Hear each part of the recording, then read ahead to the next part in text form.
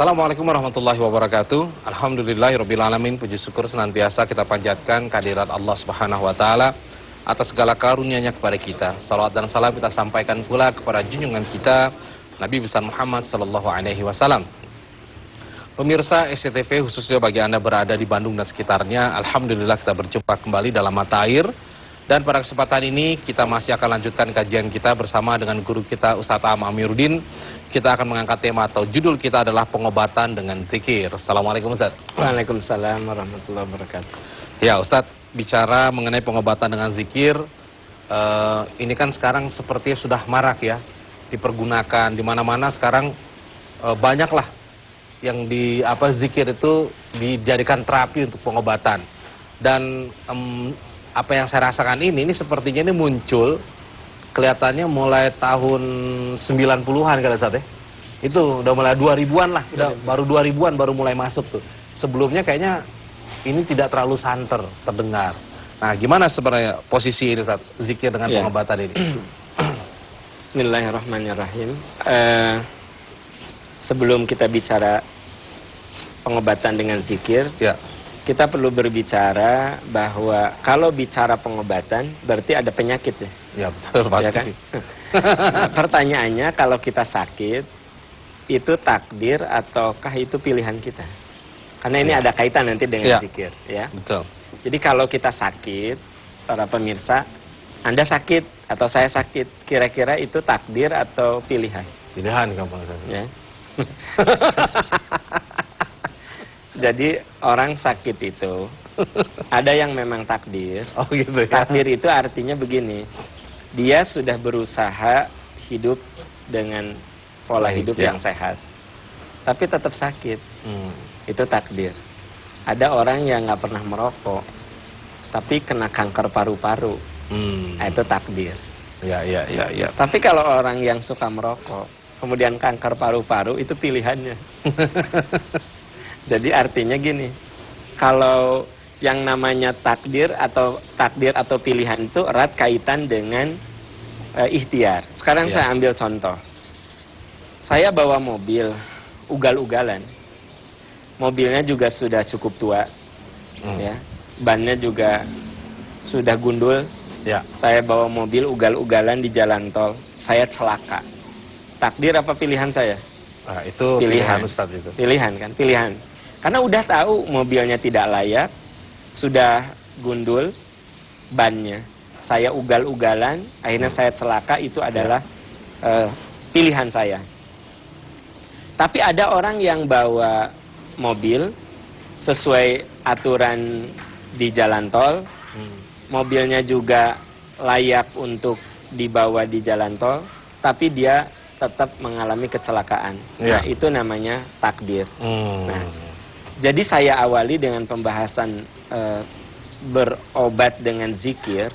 Artinya ada saat dimana kita sakit itu sebenarnya itu pilihan kita. Tapi ada saat kita sakit sebenarnya itu memang Allah memberikan ujian pada kita. Makanya di dalam Al-Quran Allah berfirman, walanabluwannakum bisyai'im minal khaufi wal ju'i wa naqsi minal amwali wal anfusi was samarat wa basyiris sabirin.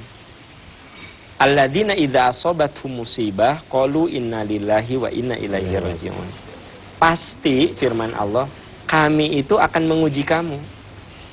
Kami akan menguji dengan kekurangan harta, kekurangan jiwa, ya, kekurangan makanan, kelaparan. Nah, dan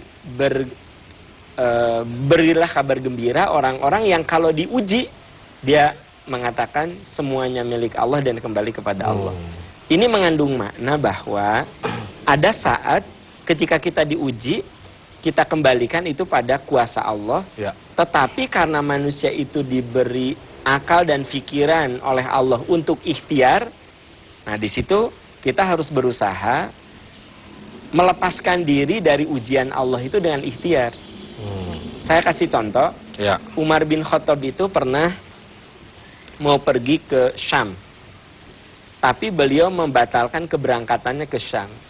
Karena beliau mendapat informasi bahwa di Syam itu sedang terjadi wabah cacar. Ya. Mungkin zaman sekarang cacar tidak mengerikan, tapi kalau zaman itu cacar termasuk penyakit yang mengerikan dan itu mewabah. Nah, Umar tidak jadi pergi. Lalu seorang sahabat berkata, Umar, kamu tidak pergi karena lari ya dari takdir Allah. Kata Umar, ya, saya tidak jadi berangkat karena di sana sedang terjadi wabah cacar. Saya lari dari takdir Allah, mencari takdir Allah yang lainnya. Jadi beliau tidak jadi ke Syam karena di sana sedang wabah cacar. Tidak jadi karena ingin lari dari takdir Allah, mencari takdir yang lainnya. Ya. Contoh yang lainnya, Ali bin Abi Thalib itu pernah nyender di sebuah dinding. Beliau pas nyender gitu, kok goyang, kayak mau runtuh gitu. Ali menjauh dinding itu. Lalu seorang teman, seorang sahabatnya berkata, Ali, kamu lari ya dari takdir Allah? Kata Ali, ya, saya lari dari takdir yang buruk, mencari takdir yang baik. Kalau saya ada di situ, sebenarnya saya sedang mendekati takdir buruk. Kalau saya menjauh, saya mencari takdir yang baik. Nah, sekarang baru kita bicara tentang penyakit. Gitu kan, itu Ya. dasar pemikirannya dulu. Baik. Harus jelas, ya kan gitu. Di dalam ajaran Islam, ketika seseorang itu diuji dengan penyakit, penyakitnya itu sendiri kalau diterima dengan lapang hati, dengan rimo, dengan yakin bahwa Allah menguji dia, itu penyakit jadi penghapus dosa. Kalau orang itu berusaha berobat untuk bisa lepas dari penyakitnya, maka dia juga akan mendapatkan pahala dari ikhtiar yang dia lakukan. Masalahnya nanti ikhtiar itu ada dua. Pertama, ada ikhtiar yang memang bisa dijelaskan dengan akal manusia. Begitu datang ke rumah sakit, diperiksa di USG, kenapa dia seringkali sakit pinggang, di USG ginjalnya, di USG kantong kemihnya ternyata ada batu. Yang bikin dia sering sakit karena batu itu melukai saluran kemihnya. Nah, itu dia berobat dan ilmu manusia bisa menjelaskannya. Begitu ketahuan bahwa itu ada batu, dokter memberikan dua alternatif. Apakah mau ditembak, dihancurkan, ataukah operasi. Gitu. Itu dengan akal manusia bisa dijelaskan. Ya. Dan itu bisa dipelajari oleh para mahasiswa kedokteran. Gitu. Kalau saya dokter senior, saya bisa mengajarkan itu ke dokter junior saya. Nah, itu namanya ilmu yang sifatnya logik. Ya. Nah, pengobatan dengan cara begini, nggak usah kita khawatir tentang halalnya. Jadi halal. Ada yang bertanya, Pak Am, gimana kalau kita dioperasi ya? Itu kan katanya kita dibius ya. Dan bahkan ada yang dikasih endorfin, dikasih suntikan yang menghilangkan rasa sakit. Ya. Boleh gitu? Ya, saya bilang itu tidak ada masalah karena jelas tujuannya untuk melakukan operasi. Gitu. Sebenarnya ada bagian narkoba yang juga diberikan oleh dokter ketika orang mengalami rasa sakit yang luar biasa. Gitu. Ya. Tapi kan itu dosis yang dilakukan oleh dokter. Gitu. Nah, pengobatan dengan cara begitu nggak usah diragukan. Yang jadi masalah, kembali ke contoh yang tadi, si batu yang ada dalam kantong kemih atau ginjal itu, kalau oleh dokter, kalau nggak ditembak, dibedah. Datanglah ke seorang kiai. Gitu. Lalu dibacakan zikir. Lalu si penyakit yang ada di orang itu, batu yang ada di ginjal itu, dipindahin ke kambing dengan wirid-wirid. Nah, pertanyaannya, bagaimana itu batu pindah ke kambing? Kalau yang tadi kan jelas, batu hancur karena laser. Ya. siapapun kalau mau belajar asal dia punya standar sebagai ahli kesehatan bisa. Iya, betul. Nah, sekarang ya, orang sakit baca zikir, batunya dipindahin ke binatang. Pertanyaannya, apakah batu itu pindah ke binatang karena zikirnya atau ada makhluk yang memindahkan batu itu? Itu yang jadi masalah. Iya. Apabila batu itu pindah ke binatang karena zikirnya, maka sesungguhnya semua orang bisa melakukan itu. Mas Agus bisa, saya bisa, dengan zikir yang sama. Tapi buktinya dengan zikir yang sama, Mas Agus nggak bisa mindahin ke kambing. Dengan zikir yang sama, saya nggak bisa. Kok orang itu bisa? Nah, berarti ini yang sering jadi pertanyaan, bahwa pengobatan dengan cara zikir itu ada dua. Pengobatan dengan cara zikir yang melibatkan jin. Jadi si batu itu dipindahkan oleh jin melalui zikir-zikir. Nah, ini justru kategorinya menyekutukan Allah. Syirik sebenarnya. Tapi kalau orang melakukan pengobatan dengan zikir itu supaya dia mendapatkan sebuah ketenangan. Karena orang kalau lagi sakit terus dia tenang, itu katanya tubuhnya akan mengeluarkan hormon endorfin. Ya. Hormon endorfin itu punya dua fungsi. Di antaranya yang penting adalah mengurangi rasa sakit dan meningkatkan daya tahan tubuh. Misalnya saya sakit, saya wirid, subhanallah walhamdulillah wala ilah. Itu tuh saya secara tidak langsung sedang memproduksi atau sedang meningkatkan hormon endorfin yang membuat daya tahan tubuh saya lebih bagus dan rasa sakit saya berkurang. Ya. Itu sebabnya kalau kita nengok orang sakit, omongan kita itu harus bisa memicu endorfin. Saya nengok seorang teman yang sakit dirawat ini. Saya tanya, Mas, sakit apa? Tifus, udah berapa hari, Mas? Udah 3 hari. Saya bilang, insya Allah lah sembuh. Allah Maha Penyembuh. Bersabar, berzikir, mendekatkan diri pada Allah. Semoga rasa sakit ini jadi penghapus dosa. Itu saya sedang memicu endorfin dia. Tapi kalau gini, Mas sakit apa? Tifus. Udah berapa hari? Udah 3 hari. Oh, kalau tetangga saya meninggalnya hari ke-5. Sama tifus juga. Kalau tetangga saya sih meninggalnya hari ke-5. Sama tifus ya gitu. Padahal tetangga saya nggak separah Mas mah parah pisan.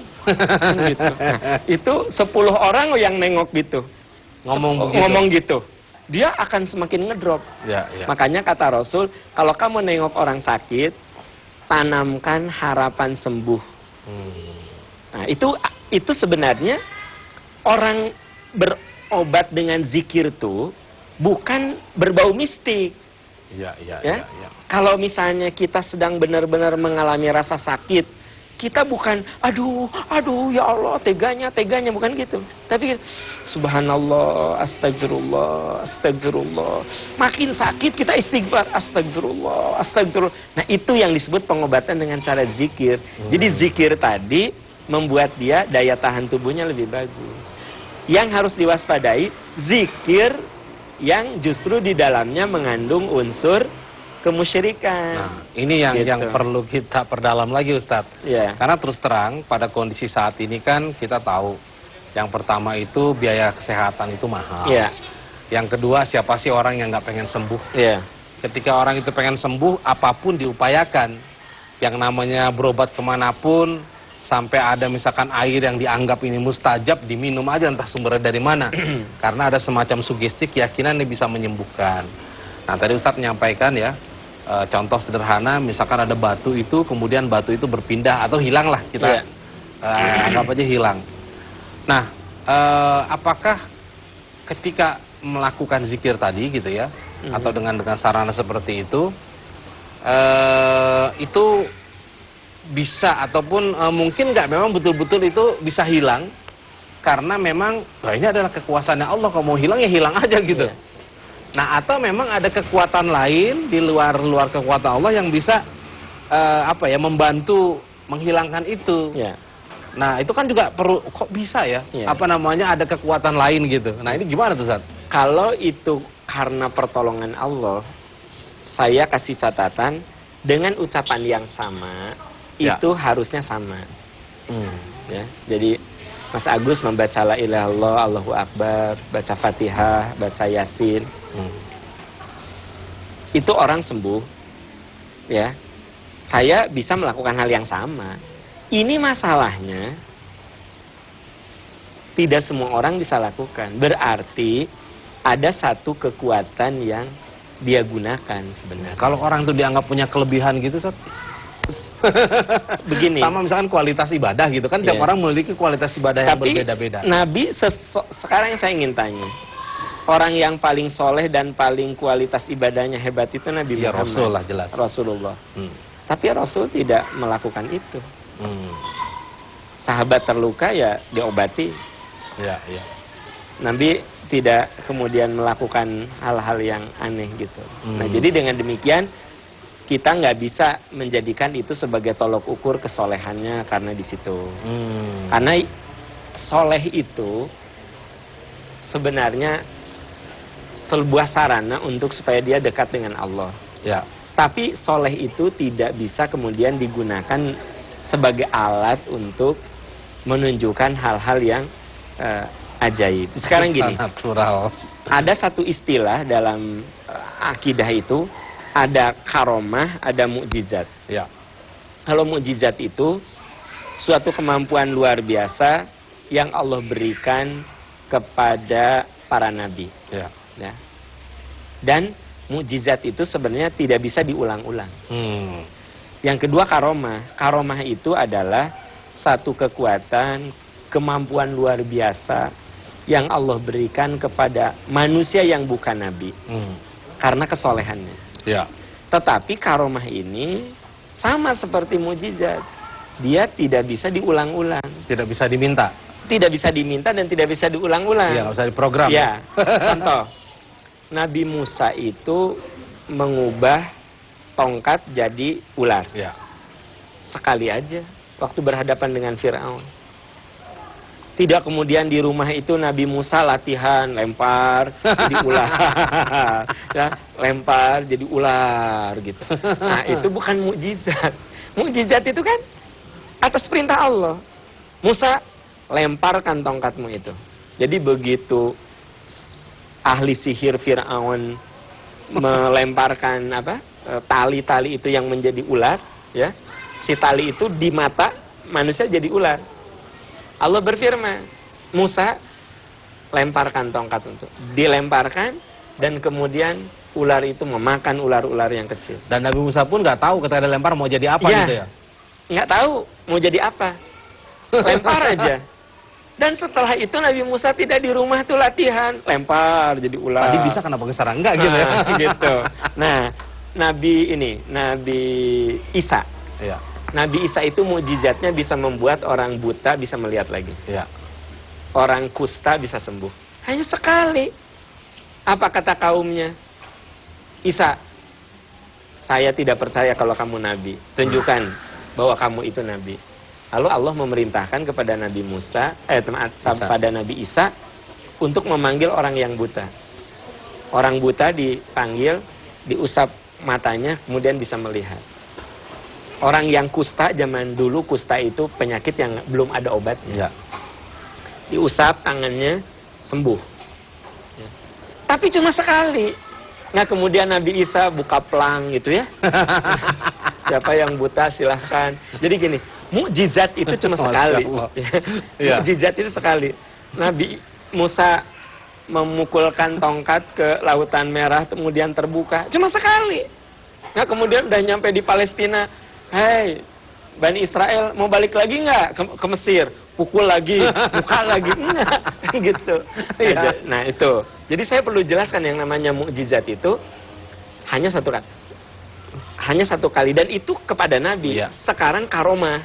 Nah, karomah itu memang satu kemampuan luar biasa yang Allah berikan kepada manusia yang dinilai soleh. Tapi karomah itu harusnya cuma sekali. bukan malah buka tempat praktek.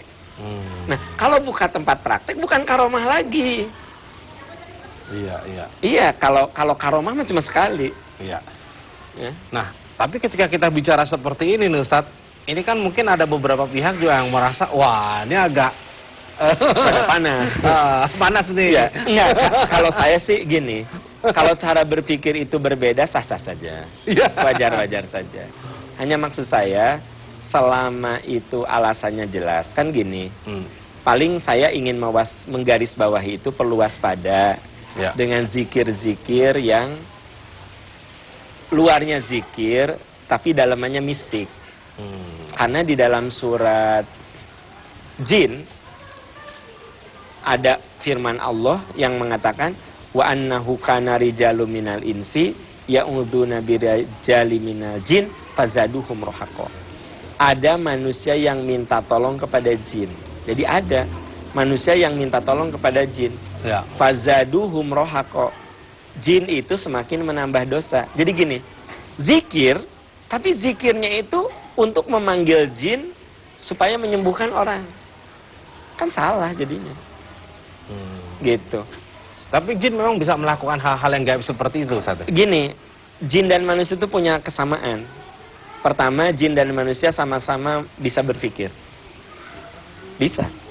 Yang kedua, jin dan manusia sama-sama bisa tugasnya ibadah. Yang ketiga, jin dan manusia sama-sama berketurunan.